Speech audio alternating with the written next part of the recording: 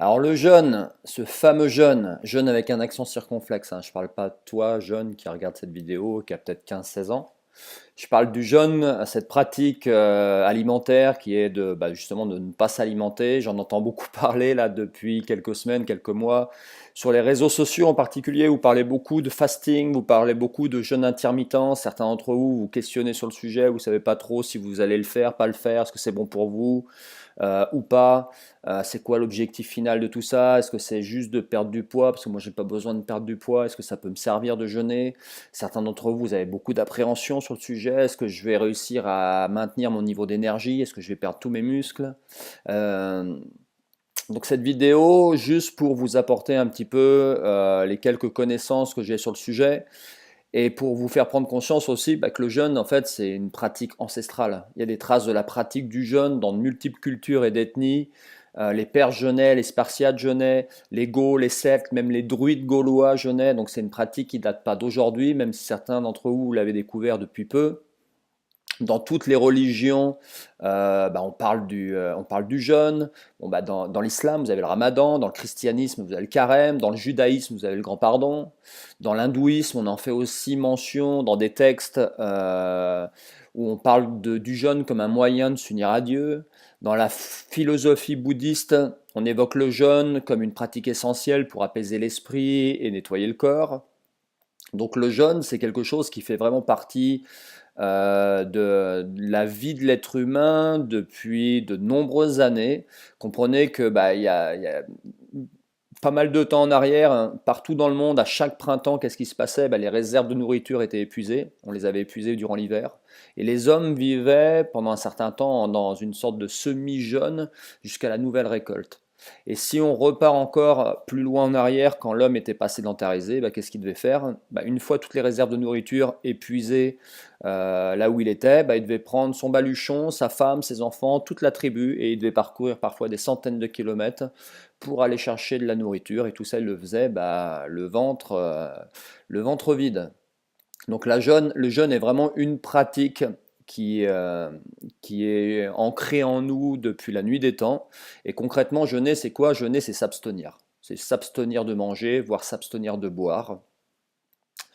Et ça permet plein de choses, le jeûne. Ça permet de nettoyer le corps, ça permet d'optimiser votre énergie nerveuse.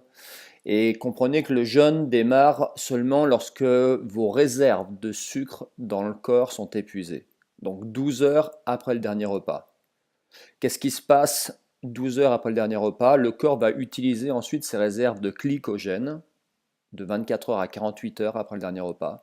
Et enfin, le corps va commencer à transformer la graisse en corps cétonique qui vont nourrir la cellule à partir seulement du deuxième ou troisième jour de jeûne. Donc, à quoi sert le jeûne concrètement? Première chose, détoxification de l'organisme. En fait, on brûle les réserves graisseuses contenant tous les polluants que votre organisme a ingurgités. Tous les polluants environnementaux sont contenus dans vos graisses. Le corps s'en protège de cette manière-là. Donc, ils sont libérés, ces polluants environnementaux, ils sont libérés dans votre corps et ensuite évacués. Donc, voilà un des bénéfices du jeûne. Deuxième bénéfice, libération d'énergie nerveuse. Votre corps, en fait, cette énergie n'est plus utilisée pour la digestion. Donc, elle va servir pour d'autres processus de votre corps, en particulier les processus mentaux, pour l'action motrice aussi, pour le nettoyage de votre corps et pour la construction, reconstruction de votre corps. Troisième chose importante au niveau des bénéfices du jeûne, la pratique du jeûne régulière active une loi qui est la loi de l'hormèse. Alors si on a déjà discuté du sujet, je vous ai déjà parlé de ça, cette loi, c'est une loi très importante. C'est la capacité qu'a l'organisme vivant à répondre à un stress de faible intensité par une adaptation.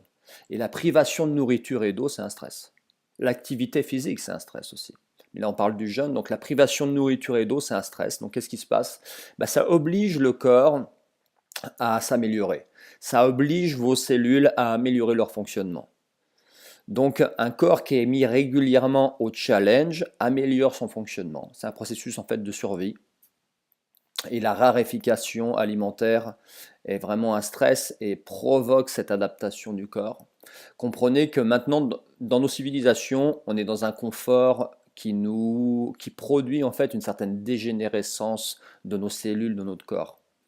Vous avez imaginé, vous avez froid, vous montez le chauffage chez vous, vous avez chaud, vous mettez la clim dans votre voiture. Vous avez faim, vous faites 3 mètres, vous allez ouvrir le frigo. Le frigo est vide, vous prenez votre voiture, vous faites 2 minutes de voiture et vous êtes au supermarché. Donc le corps vraiment est plus soumis à un niveau de stress comme il l'était il y a quelques années en arrière. Alors vous allez me dire tant mieux, oui et non, puisque du coup cette loi de l'hormèse, ce processus de l'hormèse est beaucoup moins activé chez les gens et le corps n'a plus besoin de s'adapter et s'il ne s'adapte plus, il y a des dégénérescences. D'où l'intérêt de le stimuler, votre organisme. Ensuite, autre bénéfice du jeûne qui est un peu moins connu, c'est ce qu'on appelle l'autophagie. Enfin, je dis moins connu, si vous vous intéressez un peu à la science, un des derniers prix Nobel de science a eu le prix Nobel justement sur ses découvertes sur l'autophagie. En fait, l'autophagie, c'est quoi? C'est l'organisme qui puise dans ses réserves pour pouvoir nourrir les cellules. Donc, il désagrège ses propres tissus, votre organisme, pour nourrir les cellules. Alors vous allez me dire, mais c'est une catastrophe, je suis en train de me cannibaliser par moi-même, jamais je ferai de jeûne. Mais en fait, votre organisme, il n'est pas bête, hein, il va choisir les tissus les plus faibles, les plus malades, de manière à alimenter le reste du corps. Donc ça peut être, dans certains cas, le jeûne être une pratique de soins. Après, il faut que ça soit quand même des jeûnes assez longs, hein, le phénomène d'autophagie intervient seulement après 2 ou 3 jours de jeûne. Peut-être un peu plus tôt si vous faites un jeûne sec. Je vous en reparlerai tout à l'heure. Autre bénéfice, production de BDNF. BDNF par l'organisme, c'est l'hormone de croissance neurotrophique, la BDNF, donc ça favorise concrètement la croissance de vos neurones. Donc le système cardio et neurovasculaire est fortement amélioré grâce au boost de cette BNF. Par exemple, c'est un bon moyen de lutter contre les maladies neurodégénératrices. Parce que toutes ces maladies c'est difficile à dire, neurodégénératives connaissent en fait une baisse du BDNF. Donc le jeûne fait partie des moyens pour booster cette hormone. L'intervalle training à haute intensité pour les sportifs aussi, le HIIT est un bon moyen de booster cette hormone. Donc voilà un peu pour les bénéfices du jeûne. On va différencier maintenant différentes manières de jeûner. On va différencier des jeûnes courts et des jeûnes longs. Le jeûne court, le corps, qu'est-ce qu'il fait? Il fonctionne sur ses réserves de glycogène. Donc il y a un repos du système digestif, il y a une amélioration de l'assimilation des nutriments par votre corps, il y a un boost de la production d'hormones de croissance, de BDNF aussi. Donc concrètement, un jeûne court, ça améliore quand même la performance du corps. Sur un jeûne plus long, il y a le phénomène d'autophagie qui vient s'ajouter aux différents bénéfices dont je viens de vous parler. Donc dans les jeûnes courts, vous avez ce qu'on appelle le jeûne intermittent. C'est de rien manger avant midi, par exemple. Donc vous avez mangé le soir et vous ne mangez rien avant le lendemain midi ou en début d'après-midi. C'est à peu près ce que vous faites si vous faites du fasting. Donc qu'est-ce qui se passe quand vous faites un jeûne intermittent? Il y a une amélioration de l'assimilation des nutriments, comme je vous l'expliquais tout à l'heure. Il y a un boost de la production d'hormones de croissance, de la BDNF. Donc on améliore les performances du corps. Ensuite, vous pouvez progressivement reculer le moment où vous allez commencer à manger, par exemple. Donc l'étape suivante sur un jeûne intermittent, au lieu de reprendre un repas à 12h ou 13h, vous ne mangez rien avant 16h. Puis après, vous faites peut-être plus qu'un seul repas par jour. Ensuite, vous avez ce qu'on appelle le jeûne alterné. C'est-à-dire vous mangez un jour, vous jeûnez un jour. Donc il n'y a toujours pas ce phénomène d'autophagie dont je vous parlais tout à l'heure qui est activé, mais les autres bénéfices sont bien présents. Ensuite, vous avez ce qu'on appelle le jeûne 5-2, c'est manger durant 5 jours et jeûner 2 jours. Mangez la semaine, vous jeûnez le week-end par exemple. Vous avez aussi, ça c'est mon préféré, c'est ce qu'on appelle le jeûne aléatoire. Le jeûne aléatoire, en fait, c'est le jeûne qui reproduit au mieux les circonstances naturelles, la variabilité permanente de votre environnement. Dire vous mangez en fait uniquement quand vous avez faim et vous êtes complètement connecté aux besoins et aux messages que vous envoie votre corps. Et c'est vraiment certainement l'un des jeûnes qui favorise le plus la loi de l'hormèse, parce qu'il n'y a pas de régularité. Il n'y a pas de régularité, il n'y a pas un jeûne qui ressemble à un autre, il n'y a pas une journée qui ressemble à une autre. Donc le corps en permanence, il est soumis à ce stress qui est quand même contrôlé, et il est obligé de s'adapter en permanence. Ensuite, vous avez ce qu'on appelle les jeûnes longs. Donc les jeûnes longs, ils ont c'est un jeûne qui dure plus de 2 jours, entre 2 et 3 jours. Dans certains cas, dans certains instituts, par exemple en Russie, où on soigne vraiment à partir du jeûne, vous avez naturellement sous contrôle médical, vous avez des personnes qui jeûnent pendant pratiquement un mois. Et là, l'objectif, c'est vraiment un objectif thérapeutique. Thérapeutique, hein. On rajoute vraiment l'autophagie aux bénéfices dont je vous parlais par rapport au jeûne. Donc l'autophagie, encore une fois, c'est la destruction des tissus de votre organisme, des tissus viciés de votre organisme. Donc quelques conseils par rapport à ce style de jeûne. Il faut aller au bout de ce style de jeûne. Il faut aller au bout, puisqu'il y a une réaction de nettoyage qui est mise en place dans l'organisme. C'est-à-dire que, comme je vous l'expliquais en début de vidéo, les polluants environnementaux que contient votre corps vont être libérés dans votre organisme, et l'organisme va chercher à les éliminer. Il va avoir ce qu'on appelle une crise de détoxination de l'organisme, et il faut la supporter, cette crise. Il faut passer la crise et ne surtout pas arrêter au moment de la crise, puisque les polluants sont libérés dans votre corps et ils doivent sortir. Donc il faut vraiment reprendre, stopper le jeûne, stopper le process en mangeant qu'une fois la crise passée. Donc il faut du temps devant soi, parce qu'on ne peut pas savoir à l'avance combien de temps ça va durer. Et il faut attendre concrètement plusieurs phénomènes, et un en particulier, c'est le retour de la faim. Vous allez me dire, mais moi j'ai faim au bout de 2 heures. Le retour de la vraie faim, ouais, pas l'envie de manger, le retour de la vraie faim. Un autre symptôme, un autre signe aussi, c'est que votre langue, elle va passer par différentes couleurs, et en particulier elle va devenir blanche au moment de la détoxination, et quand le processus est terminé, elle est redevenue rose. Okay. Donc dans quelles conditions il faut jeûner, quelles sont les bonnes conditions pour jeûner? Il faut que vous puissiez vous reposer, au moins pour les premières fois. Après, quand vous avez l'habitude de jeûner, si vous faites de l'activité physique, vous pouvez y aller, vous pouvez vous entraîner, et il n'y aura pas de souci. Mais au moins dans les premières fois, en tout cas, essayez ne vous mettez pas des bâtons dans les roues, faites-le à un moment donné où vous pouvez vous reposer. Sur un week-end où vous savez que vous allez être tranquille. Dans l'idéal, il faut un air de bonne qualité dans votre environnement. Pourquoi? Parce que lorsque vous jeûnez, vous devenez très sensible à votre environnement. Donc très sensible à la pollution de l'air, très sensible aux ondes magnétiques, à la Wi-Fi. Donc dans l'idéal, il faut se mettre au vert, au moins pour les premières fois où vous jeûnez. Il faut maintenir votre chaleur corporelle, car le sang, qu'est-ce qu'il fait? Il va amener en fait les nutriments vers les zones qui en ont vraiment besoin, et du coup les zones périphériques de votre corps vont se refroidir, donc vous risquez d'avoir froid. Si vous pouvez, prenez un bon bain de soleil quand vous jeûnez, ça va vous aider à recharger aussi votre système nerveux. Et il faut beaucoup d'humilité quand vous jeûnez, et faire confiance à votre corps, et laisser votre corps un petit peu se débrouiller seul. Donc pas forcément, parfois dans certains jeûnes, on va vous conseiller des plantes, on va vous conseiller des lavements, des purges, etc. Laissez faire le corps, n'intervenez pas, laissez faire le corps, et c'est très bien comment faire pour arranger les choses.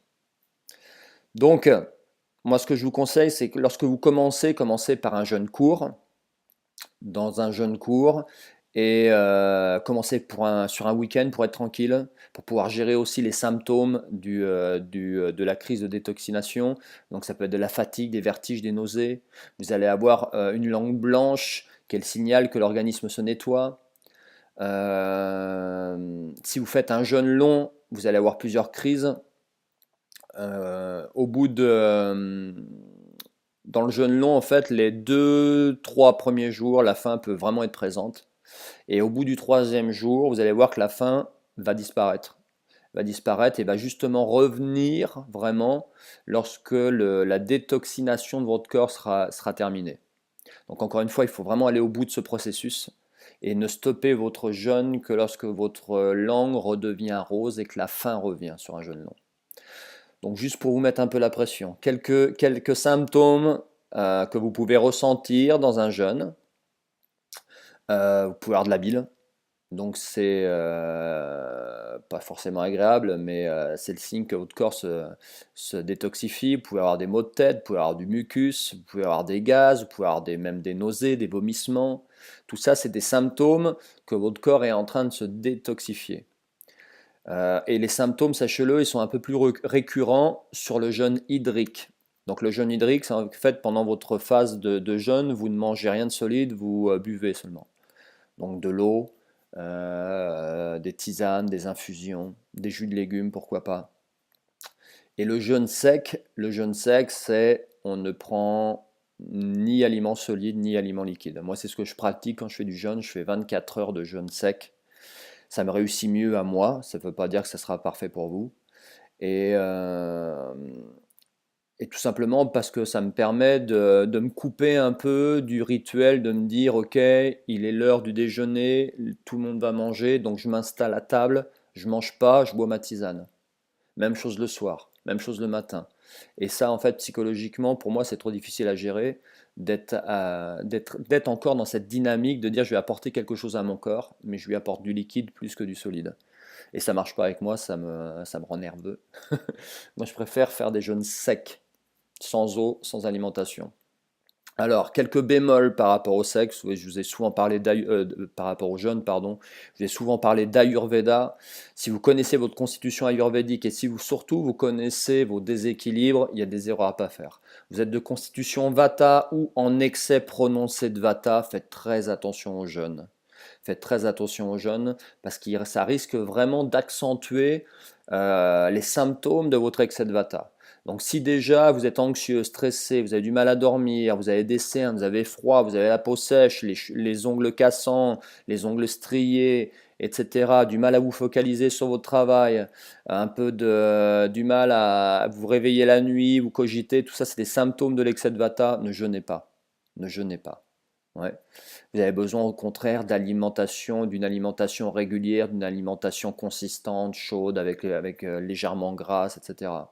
Si vous êtes de constitution kapha, voire en excès de kapha, vous vous sentez dans la lourdeur, dans l'inertie, vous avez pris du poids, vous vous sentez lourd, etc.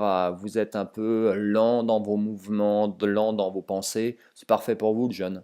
C'est parfait pour vous. Moi, je vous conseille même le jeûne sec et un jeûne par semaine. Ouais, vous pouvez y aller. Pour les constitutions pitta, comme moi, ou en excès de pitta, c'est difficile de jeûner parce que vous avez faim. C'est difficile de jeûner, vous avez très faim quand vous êtes en excès de pitta. Ça peut vite vous rendre irritable. Moi, quand je jeûne, paradoxal, quand j'ai choisi de ne pas manger, ouais, quand j'ai choisi de ne pas manger, c'est-à-dire que j'ai choisi de jeûner, bah le jeûne, au contraire, m'apaise. Je suis beaucoup plus cool, beaucoup moins nerveux, beaucoup moins irritable. Ce qui n'est pas le cas si on me prive de manger et que j'ai prévu de manger et que j'ai faim et que je ne peux pas manger. Là, ça peut être compliqué pour moi. Ok. Donc les pitas, souvent pour passer le cap du jeûne, il faut que vous en ayez compris l'intérêt, les bénéfices que vous pourriez en tirer. Ok. Donc si je résume, Vata, attention, attention au jeûne, à la pratique du jeûne. Et dans les réseaux sociaux, là, je vous vois, vous êtes nombreux à être en excès de Vata, nombreux à vouloir faire du jeûne parce que vous êtes super enthousiaste, vous avez envie de tester de nouvelles choses, mais ça risque de pas forcément super bien vous réussir. Ensuite, Kapha, excès de Kapha, allez-y à fond la caisse, c'est bon pour vous, ça va vraiment vous aider. Pitta, faites attention parce que vous pouvez trucider tout votre entourage si vous ne maîtrisez pas les paramètres de votre jeûne. Ensuite, comment rompre le jeûne? Pour un jeûne court, commencez par boire. Par boire des jus de coco par exemple, des jus verts, ce qu'on appelle le plasma de Quinton, c'est très bon pour rompre le jeûne. Pas reprendre par une alimentation avec des fruits, surtout si vous avez fait un jeûne long, parce que l'apport de sucre va couper le phénomène de cétose trop rapidement. Et c'est intéressant en fait de laisser continuer un petit peu le phénomène de cétose après le jeûne. C'est pour ça qu'on le rompt avec des jus de légumes, par exemple, pour que le phénomène de cétose continue encore un petit peu. Ok. Euh, et aussi, lorsque vous coupez le jeûne par un apport en sucre, donc même si c'est des fruits, comme les tissus viciés de votre organisme, ils sont affamés, l'apport en sucre va relancer leur fonctionnement en fait. Ok. Donc le meilleur moyen de reprendre, jus vert, un peu de matière grasse, des légumes. Ensuite, quand l'organisme est relancé, réintroduire progressivement les fruits. Et enfin, suivez votre instinct quand vous pratiquez du jeûne. Suivez votre instinct, soyez réellement connecté à vous. C'est pour ça que ça peut être intéressant, moi, les premières fois, de se mettre au vert un week-end ou partez à la campagne. Vous vous isolez, pas de Wi-Fi, pas de portable, pas d'internet, pas de Facebook. Et vous vous reconnectez à qui vous êtes. Vous vous reconnectez à votre ressenti, à votre instinct. Parce que quand vous jeûnez, vous devenez beaucoup plus sensible. Beaucoup plus sensible et vous pouvez vous servir de ça. Ouais. Vous avez, je sais pas moi, un travail créatif, vous avez un travail de réflexion à faire, vous avez des décisions à prendre. Bah, les faire sur une période de jeûne, comme ça, où vous êtes mis au vert, ça peut vraiment vous aider à prendre la bonne décision. Ok. Donc j'espère que ces informations vous auront aidé. La vidéo dure un peu plus de 20 minutes. Peut-être que vous n'êtes pas allé jusqu'à la fin. Si vous êtes allé à la fin, bravo à vous. Vous pouvez partager si vous avez envie. Si vous n'avez pas envie, vous la gardez par-dessus vous comme ça, sous le bras. D'accord. Et vous la regardez tranquillement de temps en temps si vous n'avez pas tout capté de ce que je vous ai dit. N'hésitez pas à me recontacter, poser vos questions en commentaire ou vous me les envoyez en message privé. À très bientôt.